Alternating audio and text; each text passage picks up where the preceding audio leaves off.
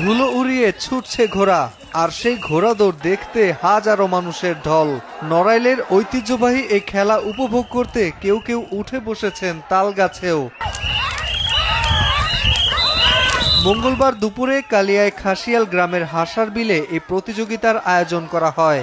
সবুজ সংঘের উদ্যোগে ঘোড়া দৌড় প্রতিযোগিতায় অংশ নেয় দেশের বিভিন্ন প্রান্ত থেকে আসা নানা রঙের ৫৪টি ঘোড়া। খেলা দেখার পাশাপাশি উৎসব আনন্দে মেতে ওঠেন এলাকাবাসী। ২০ বছর আগে দেখছি এই ঘোড়া দৌড়ের প্রতিযোগিতা, ২০ বছর পরে এবার দেখলাম। আগে তো দেখছি সে সময় ১২টা ১৪টা ঘোড়া বাড়ি হলি হয়েছে, এখন ৫০টি ঘোড়া দেখলাম। হাজার হাজার লোকের সমাগম আমরা দেখতে পাচ্ছি এখানে, এবং আমরা যতদূর জেনেছি যে ৫০ থেকে ৬০টি ঘোড়া এখানে অংশ নিয়েছে।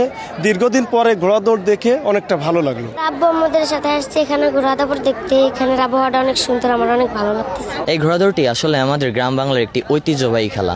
এটি দেখার জন্য ছোট বড় সকলেই এসেছে। এটা আমরা খুব সুন্দরভাবে উপভোগ করছি। আমাদের মূল উদ্দেশ্য মানুষ যে আনন্দ বিনোদন থেকে বিগত সময়ে বঞ্চিত ছিল, এই গ্রাম বাংলার মানুষকে আমরা তাদের এই আনন্দ উৎসবের মাঠে ফিরিয়ে আনতে চাই। আমাদের এই আয়োজন আশা করি আমাদের শেকড়ে ফিরে যাওয়ার একটা প্রচেষ্টা।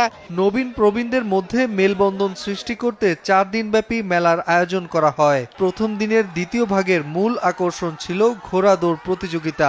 আবহমান বাংলার হারাতে বসা ঐতিহ্যপূর্ণ এই খেলা উপভোগ করে উচ্ছ্বসিত ছিল দর্শকরা। প্রতি বছর এমন আয়োজনের আশ্বাস দেন নড়াইল ১ আসনের সংসদ সদস্য বিশ্বাস জাহাঙ্গীর আলম। আবার আমরা পুনরায় এই ঘোড় দৌড়, জারি সারি এইগুলি আবার আমরা শুরু করেছি।